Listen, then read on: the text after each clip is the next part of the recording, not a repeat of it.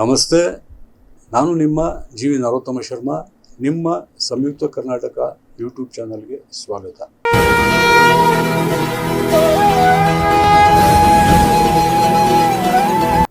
ಧನುರಾಶಿ ಸಂಜಾತರಿಗೆ ವಿಶೇಷವಾದಂತಹ ಶುಭ ಫಲಗಳು ಈ ಸಂವತ್ಸರದಲ್ಲಿ ಲಭ್ಯವಿದೆ.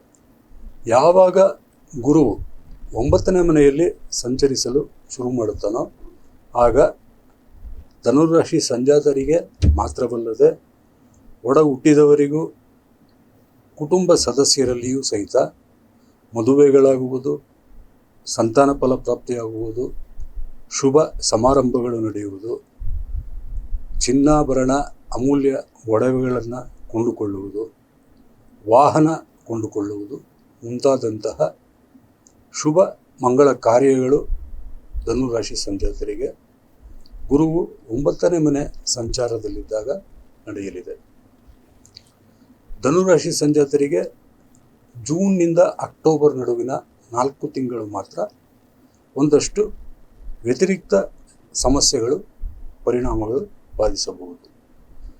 ಅವೆಲ್ಲವೂ ಬಹುತೇಕ ಉದ್ಯೋಗ, ವೃತ್ತಿ ಹಾಗೂ ವೈಯಕ್ತಿಕ ಜೀವನಕ್ಕೆ ಸಂಬಂಧಿಸಿದ್ದದ್ದು ಆಗಿರುತ್ತಲಿದೆ.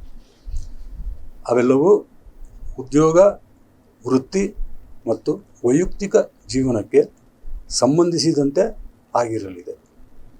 ಅಷ್ಟನ್ನು ಹೊರತುಪಡಿಸಿದರೆ ಬೇರೆ ಯಾವುದೇ ರೀತಿಯ ಪೀಡನೆಗಳು ಧನುರಾಶಿ ಸಂಜಾತರಿಗೆ ಈ ಸಂವತ್ಸರದಲ್ಲಿ ಕಾಡಲಾರದು.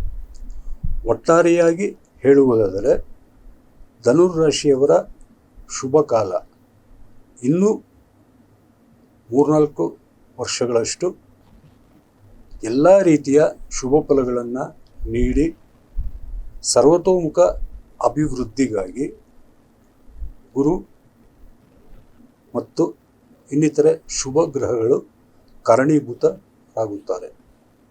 ಧನುರಾಶಿ ಸಂಜಾತರಲ್ಲಿ ವಿದ್ಯಾರ್ಥಿ ವರ್ಗಕ್ಕೆ ಅತ್ಯಂತ ವಿಶೇಷ ಉನ್ನತ ಸಾಧನೆ ಮಾಡುವಂತಹ ಯೋಗಗಳು ಬರಲಿದೆ. ಸ್ಪರ್ಧಾತ್ಮಕ ಪರೀಕ್ಷೆಗಳಲ್ಲಿ ಗೆಲುವು ಸಾಧಿಸಿ ಸಂದರ್ಶನಗಳಲ್ಲಿಯೂ ಸಹಿತ ಉತ್ತೀರ್ಣರಾಗಿ ಉನ್ನತ ಅಧಿಕಾರ ಹಾಗೂ ಅಂತಸ್ತಿನ ಹುದ್ದೆಗಳು ಧನುರಾಶಿ ಸಂಜಾತರನ್ನು ಅರಸಿ ಬರಲಿದೆ.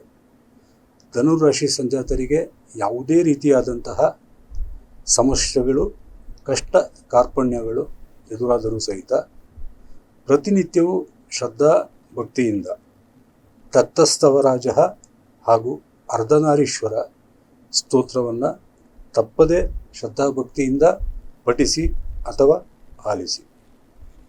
ನಿಮಗೆ ಎಲ್ಲ ರೀತಿಯಿಂದಲೂ ಒಳ್ಳೆಯದಾಗಲಿ, ನಿಮ್ಮ ಕಷ್ಟಗಳೆಲ್ಲ ಕಳೆಯಲಿ ಎಂದು ಭಗವಂತನಲ್ಲಿ ಪ್ರಾರ್ಥಿಸಿಕೊಳ್ಳುತ್ತಾ ಮತ್ತೊಮ್ಮೆ ನಿಮಗೆ ವಿನಂತಿಸುತ್ತೇನೆ, ನೀವಲ್ಲದೆ ನಿಮ್ಮವರನ್ನು ಸಂಯುಕ್ತ ಕರ್ನಾಟಕ ಯೂಟ್ಯೂಬ್ ಚಾನಲ್ಗೆ ಸಬ್ಸ್ಕ್ರೈಬ್ ಆಗಲು ತಿಳಿಸಿ, ಶೇರ್ ಮಾಡಿ, ಲೈಕ್ ಮಾಡಿ, ಕಾಮೆಂಟ್ ಮಾಡಿ.